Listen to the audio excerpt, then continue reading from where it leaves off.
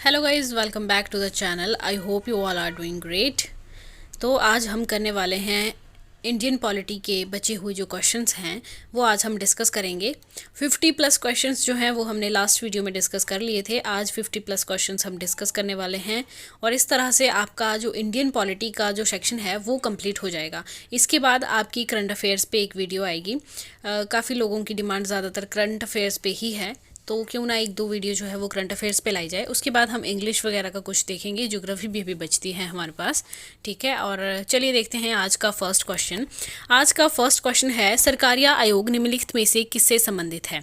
तो सरकारिया जो आयोग है, ये क्वेश्चन पहले भी एग्जाम में आया हुआ है। ठीक है, स्टार मार्क कर लीजिए इसको, इंपॉर्टेंट क्वेश्चन है।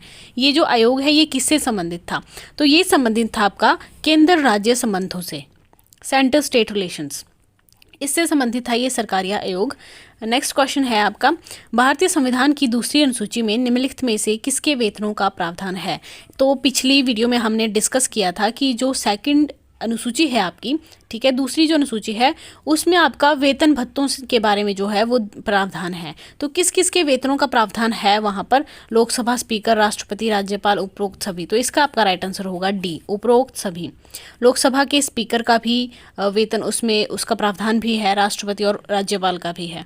ठीक है, और यहाँ पर आप देख सकते हैं कि किस किस के वेतनों का जो प्रावधान है वो दूसरी अनुसूची में दिया गया है। इसमें राष्ट्रपति है, उपराष्ट्रपति है, राज्यपाल है, लोकसभा स्पीकर है, ऑडिटर जनरल है, आपके जो जज हैं, ठीक है, और आपके जो महानियंत्रक हैं उनके जो वेतन है उनका प्रावधान इसमें दिया गया है। आई होप इतना क्लियर है। नेक्स्ट क्वेश्चन देखते हैं, भारत के संविधान में मताधिकार की आयु कौन से संविधान संशोधन के बाद 21 से घटाकर 18 कर दी गई। तो कौन सा संविधान संशोधन हुआ था जिसके बाद जो आयु है मताधिकार की वो 21 से घटाकर 18 कर दी गई थी। तो ये हुआ था आपका 61 कॉन्स्टिट्यूशन अमेंडमेंट। ठीक है, याद रखना है, मोस्ट इंपॉर्टेंट क्वेश्चन है। ये कब हुआ था, ये हुआ था आपका 1989 में, 61 कॉन्स्टिट्यूशन अमेंडमेंट 1989 में। राजीव गांधी सरकार थी उस टाइम, उनके समय हुआ था ये। और जो मताधिकार की जो आयु है उसको 21 से कम करके 18 कर दिया गया था, वरना आज आप 21 साल की जब होते उसके बाद ही आपको वोट देने का अधिकार होता। नेक्स्ट क्वेश्चन है, कार्यालय से त्यागपत्र देने वाले भारत के पहले प्रधानमंत्री कौन थे। तो किसने जो है सबसे पहले भारत के प्रधानमंत्री ने अपने कार्यालय से त्यागपत्र दिया था, तो वो थे आपके Morarji Desai. Option B is the right answer. Next question है, भारतीय संचित निधि में से धन निकालने के लिए निम्नलिखित में से किस प्राधिकरण का अनुमोदन काफी है। केवल राष्ट्रपति, केवल संसद, केवल उपराष्ट्रपति, राष्ट्रपति और संसद दोनों। तो इसका आपका सही आंसर होगा केवल संसद। Option B is the right answer. अगर आपने संचित निधि, कंसोलिडेटेड जो फंड है आपका, ठीक है, आर्टिकल 266 ये भी आपने याद रखना है। अगर पूछा जाता है कि संचित निधि जो है उसका प्रावधान कौन से अनुच्छेद में है, तो वो आपका आर्टिकल 266, इसमें जो है वो आपके संचित निधि का प्रावधान है। और इसमें से अगर आपको धन निकालना है तो किसका अनुमोदन जो है वो काफ़ी होगा, संसद का अनुमोदन। ठीक है, और अगर आपका पूछा जाता है कॉन्टिजेंसी फंड, अगर पूछा जाता है आपसे आकस्मिक निधि, तो उसमें जो है राष्ट्रपति का अनुमोदन काफ़ी ज़्यादा इंपॉर्टेंट है, क्योंकि जो आपकी आकस्मिक निधि है आर्टिकल 267 के अंतर्गत आती है वो। ठीक है, आर्टिकल 267, संचित निधि 266 और आकस्मिक निधि 267। जो आपकी संचित निधि है जो आर्टिकल 266 है, इस पर अधिकार होता है संसद का। लेकिन जो आपका आर्टिकल 267 है जो आकस्मिक निधि है, इस पर पूरी तरह से अधिकार है राष्ट्रपति का। आपातकालीन स्थितियों में जो है राष्ट्रपति इसमें से धन निकाल सकते हैं और धन जो है वो दे सकते हैं। तो ये भी आपने याद रखना है, डिफरेंस हमने छोटा सा देख लिया। नेक्स्ट क्वेश्चन है, सिंधी भाषा भारतीय संविधान की 8वीं अनुसूची में कब शामिल की गई। सबसे पहले तो आप ये जान लीजिए कि भारत में कुल जो भाषाएं हैं, ठीक है, जो संविधान में उल्लिखित हैं, वो है आपकी टोटल 22 भाषाएं। ठीक है, 22 भाषाओं का जो वर्णन है वो संविधान की 8वीं अनुसूची में किया गया है। कितनी भाषाएं हैं टोटल, 22 भाषाएं हैं 8वीं अनुसूची में। ठीक है, पहले कितनी भाषाएं थी, पहले 22 भाषाएं नहीं थी, पहले 14 भाषाएं थी। फिर सिंधी जो है वो 15वीं भाषा के रूप में, 50th जो लैंग्वेज है उसके रूप में शामिल की गई। कब की गई थी, ये की गई थी 1967 में। ऑप्शन बी इसमें आपका राइट आंसर हो जाएगा। एक बार फिर से सुन लीजिए, बिल्कुल भी कंफ्यूजन नहीं रखना है। भारत की 8वीं अनुसूची में जो संवैधानिक भाषाएं हैं उनका उल्लेख किया गया है। ठीक है, और कितनी भारतीय भाषाएं हैं जो 8वीं अनुसूची में शामिल है, ये क्वेश्चन अलग से पूछा जा सकता है। भारत की 22 भाषाएं जो है वो अभी 8वीं अनुसूची में शामिल हैं, लेकिन अगर आपसे पूछा जाता है कि मूल संविधान में, ठीक है, मूल संविधान में कितनी भाषाएं जो है वो 8वीं अनुसूची में शामिल थी, तो आपका आंसर होगा 14 भाषाएं। पहले 22 भाषाएं नहीं थी, पहले 14 भाषाएं थी, फिर सिंधी भाषा जोड़ी गई और टोटल हो गई 15 भाषाएं। ठीक है, 15वीं भाषा कौन सी जोड़ी गई थी? सिंधी जोड़ी गई थी। कब जोड़ी गई थी? 1967 में। और कॉन्स्टिट्यूशन अमेंडमेंट कौन सा हुआ था? तो ये हुआ था आपका 21st कॉन्स्टिट्यूशन अमेंडमेंट, 21वां संविधान संशोधन 1967 में सिंधी भाषा को भारतीय संविधान की 8वीं अनुसूची में शामिल किया गया। ओके, इतना क्लियर है ना? अब देखिए 14 भाषाएं थी पहले, सिंधी को जोड़ दिया, फिर हो गई 15, फिर जोड़ी आपकी नेपाली, मणिपुरी, कोंकणी, ये 3 भाषाएं जोड़ी गई। इसके लिए हुआ था 71 कॉन्स्टिट्यूशन अमेंडमेंट। 71 कॉन्स्टिट्यूशन अमेंडमेंट के द्वारा कौन सी 3 भाषाएं जोड़ी गई? नेपाली, मणिपुरी, कोंकणी। ठीक है, अब कितनी भाषाएं हो गई हमारे पास? अब हमारे पास हो गई 18 भाषाएं। 18 भाषाओं के बाद 4 भाषाएं जोड़ी गई, 4 भाषाएं जोड़ी गई, और इसके लिए कॉन्स्टिट्यूशन अमेंडमेंट हुआ था 92 कॉन्स्टिट्यूशन अमेंडमेंट। 92 कॉन्स्टिट्यूशन अमेंडमेंट के द्वारा 4 और भाषाएं जोड़ी गई। इस प्रकार आपकी टोटल भाषाएं हो गई 22। ठीक है, 4 भाषाएं जो लास्ट में जोड़ी गई थी वो कौन थी? वो थी बोडो, डोगरी, संथाली और मैथिली। तो ये क्वेश्चन आपसे 3-4 प्रकार से पूछा जा सकता है, अलग अलग तरह से। तो मैंने आपको पूरी स्टोरी बता दी कि किस प्रकार जो है कौन कौन सी भाषा इसमें ऐड हुई।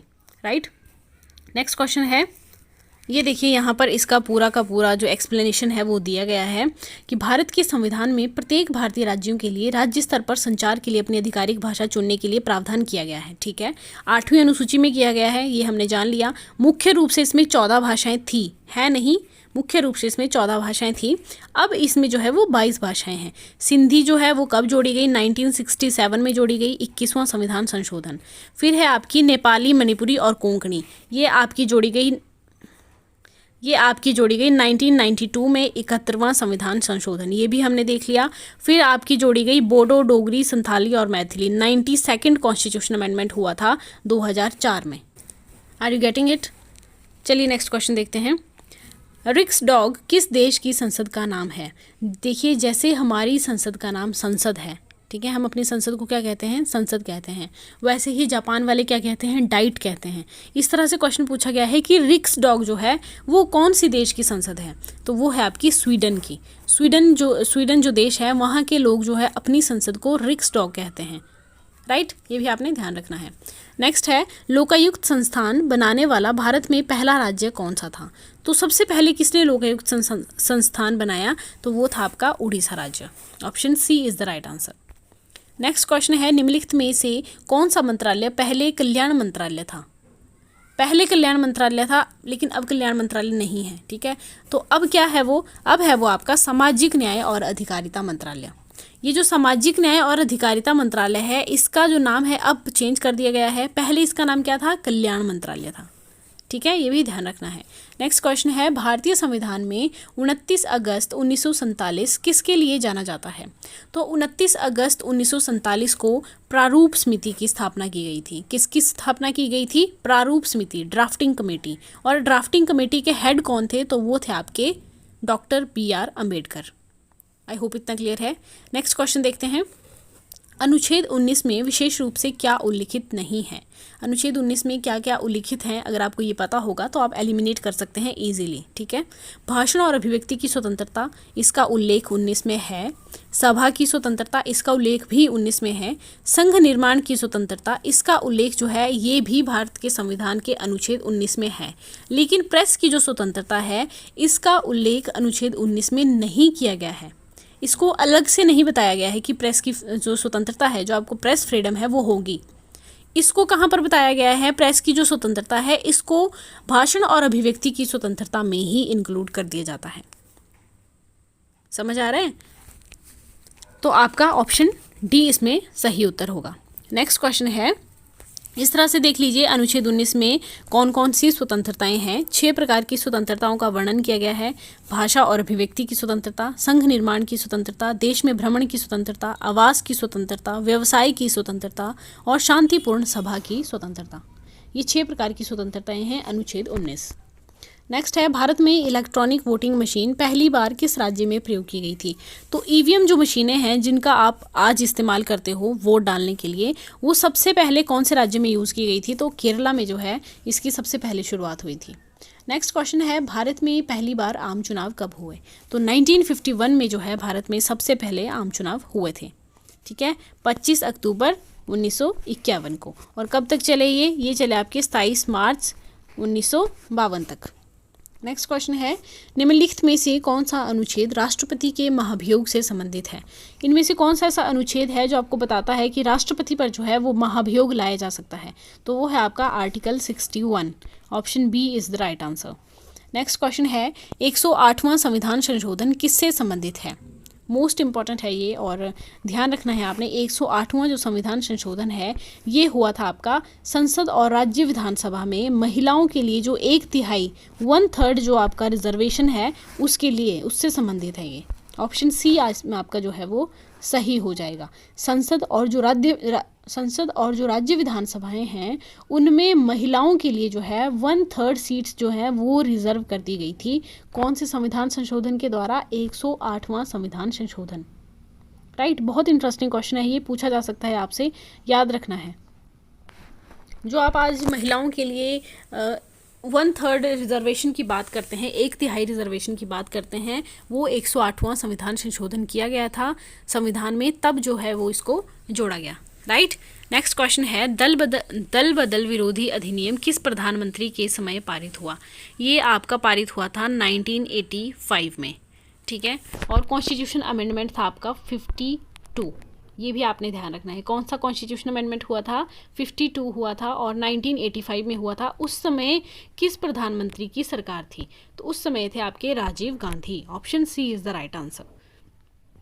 देखिए, राजीव गांधी के समय ही दल बदल विरोधी अधिनियम भी आया, और राजीव गांधी के समय ही जो आपकी मताधिकार की आयु थी उसको 21 से कम करके 18 कर दिया गया था। ठीक है, दो चीज़ें हैं, दोनों याद रखनी है। नेक्स्ट क्वेश्चन है, खासी और गारो किस प्रदेश के अधिकतर भाग में बोली जाती हैं? तो आपको पता है, जहाँ पर खासी, गारो, जयंतिया पहाड़ियाँ हैं वहीं पर ये भाषा जो है वो बोली जाएगी। तो इसका आपका राइट आंसर होगा Meghalaya. Option C is the right answer. Meghalaya में आपकी आती है गारो, खासी और जयंतिया पहाड़ियाँ। ठीक है। नेक्स्ट है, भारत के सर्वोच्च न्यायालय के न्यायाधीश के लिए नियुक्ति योग्य होने के लिए किसी व्यक्ति को उच्च न्यायालय में कितने साल तक अभ्यास करना चाहिए? तो इसका आपका राइट आंसर होगा ए, 10 वर्ष तक। कम से कम 10 वर्ष का जो एक्सपीरियंस है वो होना चाहिए अगर आपने सुप्रीम कोर्ट का न्यायाधीश नियुक्त होना है तो। राइट। नेक्स्ट है, लोकसभा का सदस्य बनने के लिए न्यूनतम आयु कितनी होनी चाहिए? ये भी मोस्ट इंपॉर्टेंट क्वेश्चन है। कई बार एग्जाम में पूछे जाते हैं इस तरह के क्वेश्चन कि लोकसभा के लिए कितनी आयु होनी चाहिए, राज्यसभा के लिए कितनी होनी चाहिए, राष्ट्रपति उपराष्ट्रपति के लिए कितनी होनी चाहिए। तो मैं आपको बता देती हूँ कि लोकसभा का सदस्य अगर आपने बनना है तो आपकी जो मिनिमम एज है वो होनी चाहिए 25 वर्ष, और अगर आपने राज्यसभा का सदस्य बनना है तो आपकी मिनिमम जो एज है वो होनी चाहिए 30 वर्ष, और अगर आपने राष्ट्रपति या उपराष्ट्रपति का चुनाव लड़ना है या फिर आपने राज्यपाल का चुनाव लड़ना है तो आपकी जो उम्र है वो होनी चाहिए 35 वर्ष। ठीक है, पूरा का पूरा हमने डिस्कस कर लिया। लोकसभा के लिए 25, राज्यसभा के लिए 30 और राष्ट्रपति के लिए 35। चलिए अब नेक्स्ट क्वेश्चन देखते हैं। नेक्स्ट क्वेश्चन है, भारत का उपराष्ट्रपति डैश राष्ट्रपति द्वारा मनोनीत किया जाता है, राज्यसभा सदस्यों द्वारा चुना जाता है, संसद के दोनों सदनों के सदस्यों के निर्वाचक मंडल के सदस्यों के द्वारा चुना जाता है, इनमें से कोई नहीं। तो भारत का जो राष्ट्रपति है वो किस प्रकार से चुना जाता है? तो भारत का उपराष्ट्रपति चुना जाता है संसद के दोनों सदनों के सदस्यों के निर्वाचक मंडल के द्वारा। आई होप इतना क्लियर है। नेक्स्ट क्वेश्चन है, निम्नलिखित में से कौन से न्यायाधीश PIL लागू करने के लिए जाने जाते हैं? कौन से न्यायाधीश हैं, कौन से ऐसे चीफ जस्टिस थे जिनको PIL लागू करने के लिए जाना जाता है? तो वो थे आपके justice PN Bhagwati. Most important नाम है ये, याद रखना है। Option B is the right answer. Next question है, भारत के संविधान में स्वतंत्रता, समानता और बंधुत्व शब्द किस क्रांति से लिए गए हैं? तो ये आपके लिए गए हैं फ्रांसीसी क्रांति से। Option A is the right answer. Next question देखिए, भारत के संविधान में 9वीं अनुसूची कब जोड़ी गई? देखिए, अगर मैं बात करूं तो पहले मूल संविधान में जो है केवल 8 अनुसूचियां थी। फिर 9वीं अनुसूची जोड़ी गई, फिर 10वीं अनुसूची जोड़ी गई और फिर 11 और 12वीं अनुसूची जो है वो जोड़ी गई। ठीक है, तो ये जो आपकी 9th जो शेड्यूल है वो कब जोड़ी गई थी? ये जोड़ी गई थी 1951 में। पहला संविधान संशोधन हुआ था 1951 में, तभी जो है 9वीं अनुसूची जोड़ दी गई। ओके, नेक्स्ट क्वेश्चन है, पंचायती राज व्यवस्था में सर्वोच्च निकाय कौन सा है? पंचायती राज जो व्यवस्था है इसमें सर्वोच्च निकाय है आपका जिला परिषद। Option A is the right answer. Next question है, निम्नलिखित में से क्या पंचायती राज संस्थान नहीं है? इनमें से कौन सा पंचायती राज संस्थान के अंडर नहीं आता? ग्राम सभा, ग्राम पंचायत, ग्राम सहकारी समिति या पंचायत समिति? तो ग्राम सहकारी समितियां जो है ये पंचायती राज संस्थान का हिस्सा नहीं है। Option C is the right answer.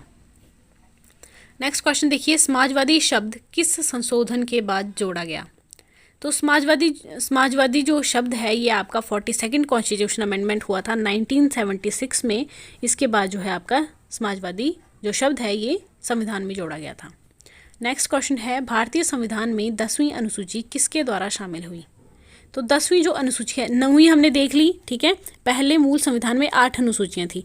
9th जो अनुसूची है आपकी वो जोड़ी गई 1951 में, पहला संविधान संशोधन। और जो आपकी 10वीं अनुसूची है ये जोड़ी गई आपकी 1985 में। कौन सा संविधान संशोधन? 52nd constitution amendment. ठीक है, और आपको पता है हमने अभी अभी डिस्कस किया कि 52nd जो कॉन्स्टिट्यूशन अमेंडमेंट है ये दल बदल विरोधी अधिनियम आया था उससे संबंधित है ये 1985 का। तो ऑप्शन 20 में आपका राइट आंसर हो जाएगा। अब आप मुझे कमेंट सेक्शन में बताइए कि 11वीं अनुसूची और 12वीं अनुसूची जो है ये किससे संबंधित है और कब जो है इनको भारतीय संविधान में जोड़ा गया? जल्दी से कमेंट सेक्शन में बताइए, बहुत इंपॉर्टेंट क्वेश्चन है ये। अगर आपको इस क्वेश्चन का आंसर पता है इट मीन्स आपकी तैयारी जो है वो अच्छी है। नेक्स्ट क्वेश्चन है, मोर भारत का राष्ट्रीय पक्षी कब घोषित किया गया? तो मोर को जो है भारत का राष्ट्रीय पक्षी जो है वो 1963 में घोषित किया गया था। नेक्स्ट क्वेश्चन है, भारतीय संविधान में संशोधन का प्रस्ताव किस देश के संविधान से लिया गया है? भारत के संविधान में हम संशोधन कर सकते हैं, ठीक है, कर सकते हैं, उसके लिए कुछ कंडीशंस हैं। तो ये जो संशोधन है इसका जो प्रावधान है ये हमने कौन से देश के संविधान से लिया है? तो ये हमने लिया है साउथ अफ्रीका से। दक्षिणी Africa is the right answer. Option B. Next question है आपका, भारतीय संविधान में 11वां मौलिक अधिकार रिपीट हो गया, ठीक है, ये हमने कल डिस्कस कर लिया है और यहाँ पर अधिकार नहीं होगा, इसको ठीक कर लीजिएगा प्लीज़, ये थोड़ा गलत हो गया है यहाँ पर कर्तव्य होगा। भारतीय संविधान में 11वां मौलिक कर्तव्य कौन से संशोधन के बाद जोड़ा गया है? तो ये आपका जोड़ा गया था 86th कॉन्स्टिट्यूशन अमेंडमेंट। कब हुआ था? 2002 में, ये भी याद रखना है, ठीक है।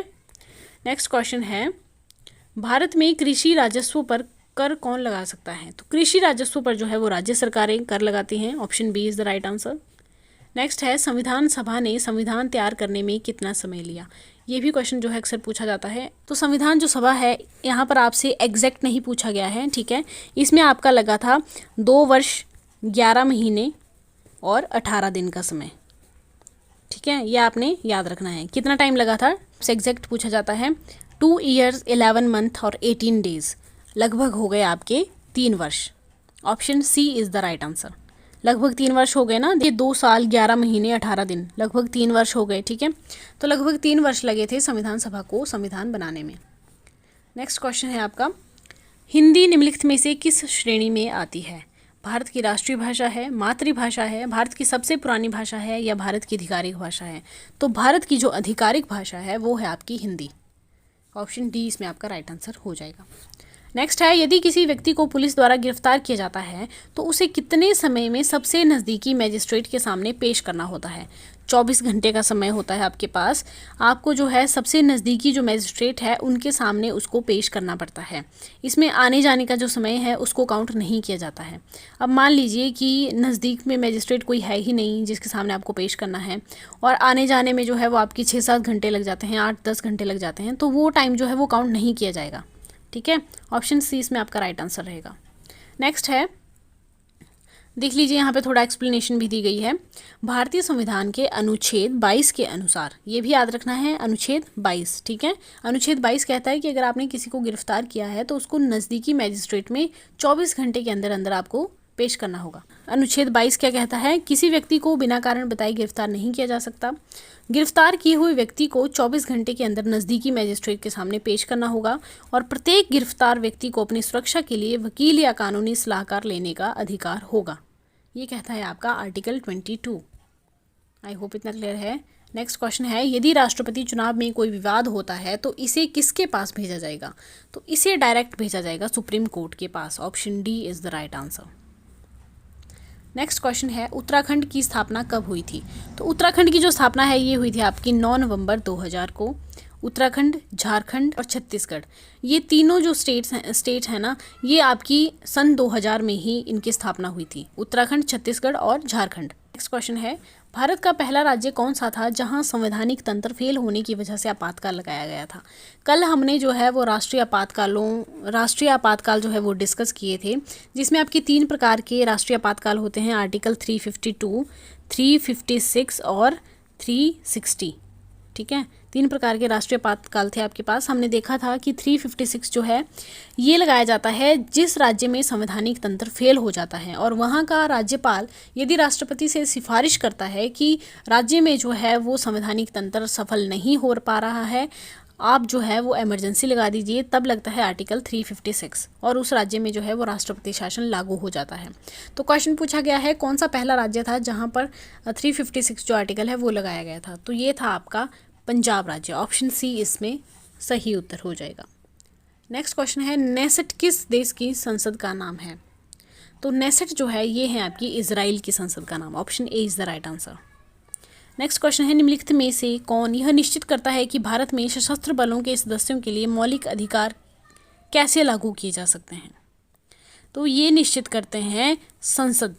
ठीक है, संसद निश्चित करेगी कि भारत में जो सशस्त्र बल हैं उनके सदस्यों के लिए मौलिक अधिकार कैसे लागू किए जा सकते हैं। नेक्स्ट क्वेश्चन है, लोकसभा का स्पीकर अपना इस्तीफा किसे देता है? तो लोकसभा का जो स्पीकर है वो अपना जो इस्तीफा है वो देगा डिप्टी स्पीकर को। ऑप्शन डी इसमें आपका सही उत्तर हो जाएगा। नेक्स्ट क्वेश्चन है, निम्नलिखित में से किसने हमारे संविधान में मौलिक अधिकारों को शामिल करने के लिए विचार का समर्थन किया था? तो मौलिक अधिकार जो है वो होने चाहिए हमारे संविधान में, ये किसका विचार था? किसने इसका समर्थन किया था? इसका समर्थन किया था संवैधानिक प्रस्तावों पर स्प्रूस समिति की रिपोर्ट 1945 की। आई होप इतना क्लियर है। नेक्स्ट क्वेश्चन है, भारतीय संविधान का कौन सा अनुच्छेद मौलिक अधिकारों के प्रवर्तन के संबंध में सुप्रीम कोर्ट को व्यापक मूल अधिकार क्षेत्र देता है? तो कौन सा आर्टिकल ऐसा है, ठीक है, जो आपके मौलिक अधिकारों से संबंधित है कि आप डायरेक्ट सुप्रीम कोर्ट जो है वो जा सकते हैं? बहुत बार ये क्वेश्चन डिस्कस होता है और बहुत बार एग्जाम में पूछा जाता है। मोस्ट इंपॉर्टेंट क्वेश्चन है ये, इसको आप डबल स्टार मार्क कर लीजिए। ये है आपका आर्टिकल 32। आर्टिकल 32 जो है वो सुप्रीम कोर्ट को व्यापक मूल अधिकार क्षेत्र प्रदान करता है, जिसमें अगर आपके मौलिक अधिकारों का हनन होता है तो आप डायरेक्ट सुप्रीम कोर्ट की शरण में जा सकते हैं। आई होप इतना क्लियर है। चलिए तो फटाफट से ये भी बता दीजिए कि सुप्रीम कोर्ट के लिए तो हो गया आर्टिकल 32, हाई कोर्ट के लिए कौन सा आर्टिकल है? जल्दी से बताइए कमेंट सेक्शन में। नेक्स्ट क्वेश्चन है, भारतीय संसद में शून्यकाल कितने बजे शुरू होता है? तो शून्यकाल जो है ये शुरू होता है आपका एग्जैक्ट 12 बजे। ऑप्शन सी इसमें आपका सही उत्तर होगा। नेक्स्ट क्वेश्चन है, भारत का राष्ट्रीय पंचांग कब अपनाया गया था? तो भारत का जो राष्ट्रीय पंचांग है वो 1957 में अपनाया गया था। Option D is the right answer. देखिए, भारत का राष्ट्रीय पंचांग शक संवत पर आधारित है, ये भी आपको पता होना चाहिए। ठीक है, शक संवत पर आधारित है, जो कि 22 मार्च 1957 को शक पंचांग को ग्रिगोरियन कैलेंडर के साथ राष्ट्रीय पंचांग के रूप में उल्लिखित उद्देश्यों के लिए अपनाया गया। भारत का राजपत्र, आकाशवाणी द्वारा समाचार प्रसारण, भारत सरकार द्वारा जारी कैलेंडर और लोक सदस्यों को संबोधित सरकारी सूचनाएं। राष्ट्रीय पंचांग स्थायी रूप से ग्रिगोरियन कैलेंडर से मिलता है। इसमें चैत्र 22 मार्च को, जबकि लीप वर्ष में 21 मार्च को होता है। आई होप इतना क्लियर है। नेक्स्ट क्वेश्चन देखिए, भारत की तीनों सेनाओं का प्रमुख कौन होता है? तो भारत की जो तीनों सेनाएं हैं, जो तीनों विंग्स हैं, उनका कमांडर होता है राष्ट्रपति। Option C is the right answer. और आजकल हमारे राष्ट्रपति कौन है? तो वो है द्रौपदी मुर्मू। याद रखना है इनका नाम भी, ठीक है, पूछा जा सकता है आपसे। ये तो छोटे छोटे क्वेश्चन है, ये तो आपको वैसे भी पता होने चाहिए। नेक्स्ट क्वेश्चन देखिए, भारत की संसद किससे मिलकर बनती है? तो भारत की संसद में कौन कौन शामिल है, ये क्वेश्चन आपसे बेसिकली पूछा गया है। तो इसमें आपकी लोकसभा भी है, राज्यसभा भी है और राष्ट्रपति भी है। लोकसभा और राज्यसभा करके नहीं आना है, राष्ट्रपति भी संसद का ही हिस्सा है, ठीक है। Option B is the right answer. Next question है, और ये हमारा आज का लास्ट क्वेश्चन रहने वाला है। इसके बाद हमारी पॉलिटिकल साइंस जो है वो ख़त्म हो जाती है और हम मूव करेंगे करंट अफेयर्स पे, ठीक है। संविधान के किस अनुच्छेद में राज्य के महाधिवक्ता की नियुक्ति, कार्य और कार्यकाल का वर्णन किया गया है? तो महाधिवक्ता, राज्य का महाधिवक्ता, ठीक है। एक होता है आपका अटॉर्नी जनरल एजी, और एक होता है आपका ये वाला एजी। एक होता है आपका स्मॉल एजी, एक होता है आपका कैपिटल एजी। तो ये जो आपका कैपिटल एजी होता है ना, इसका जो मतलब है वो होता है अटॉर्नी जनरल, जो कि होता है आपका सेंटर में। और जो आपका स्मॉल एजी है, इसका मतलब होता है एडवोकेट जनरल, ठीक है। तो एडवोकेट जो जनरल है ये होते हैं आपके राज्य में, ध्यान रखना है, भूलना नहीं है। जो आपका कैपिटल एजी है ये हो गया आपके सेंटर में, और जो स्मॉल एजी हैं ये होंगे आपके राज्य में। तो यहाँ पर क्या पूछा गया है? राज्य के महाधिवक्ता, ठीक है, उनसे संबंधित जो अनुच्छेद है वो कौन सा है? तो वो है अनुच्छेद 165। Option D is the right answer. अब आप मुझे सर्च करके बताएंगे कि जो आपका कैपिटल एजी है, जो आपका अटॉर्नी जनरल है, सेंटर में जो होता है अटॉर्नी जनरल, उनसे संबंधित जो अनुच्छेद है वो कौन सा है? आप मुझे कमेंट सेक्शन में बताएंगे, इसका आंसर ज़रूर बताना, ठीक है। और अगर आपको आज की वीडियो अच्छी लगी हुई, लाइक करना, अपने दोस्तों के साथ शेयर करना, जो भी तैयारी कर रहे हैं टैट की उन सबके साथ शेयर कीजिए। और स्टे ट्यून्ड गाइस, आने वाले दिनों में आपको करंट अफेयर्स पे वीडियो मिलने वाली है, इंग्लिश पे वीडियो मिलने वाली है, अभी ज्योग्राफी बचती है उस पर हम करेंगे, ठीक है। और लास्ट में इस बार जो है हम साइकोलॉजी करेंगे। चलिए मिलते हैं नेक्स्ट वीडियो में, तब तक के लिए बाय बाय, टेक केयर।